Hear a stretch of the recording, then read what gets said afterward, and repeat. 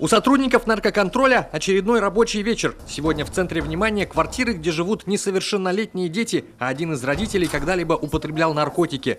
Вам хотели напомнить, на что обращать внимание, знаете? Ну, у вас детки еще достаточно маленькие. Главное, не замалчивайте проблему, обращайтесь, есть телефоны доверия.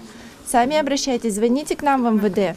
Инспектора помогут всегда. Нынешний рейд – часть акции «Дети России». Межведомственную операцию каждый год проводит Управление по контролю за оборотом наркотиков. Участвуют в ней также сотрудники уголовного розыска, Управления по делам несовершеннолетних, представители сфер образования и здравоохранения, в том числе врачи-наркологи. Сотрудники полиции регулярно проводят такие рейды. Мы беседуем с детьми в школах, рассказываем педагогам, рассказываем на родительских собраниях, беседуем непосредственно с детьми. Также мы посещаем различные секции, поликлиники. Судя по тем семьям, в которых мы были сегодня, родители осознали свою проблему, попытались ее решить и уже к своим детям относятся более ответственно, пытаются не допустить употребления наркотиков, знают симптомы и пытаются предупредить эту болезнь.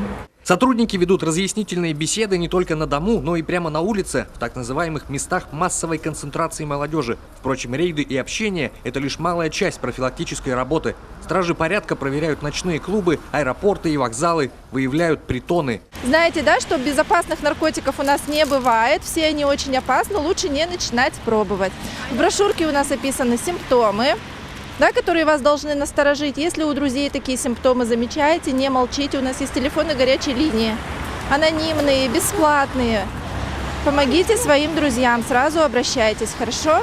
При появлении подозрений, что кто-либо из родственников или детей употребляют наркотики, инспекторы призывают ни в коем случае не замалчивать проблему и не пытаться решить ее самостоятельно, а обратиться по телефону доверия МВД Республики. Он работает круглосуточно, а помощь оказывается анонимно и профессионально. Евгений Стокос, Павел Люлянмин, телеканал Юрган.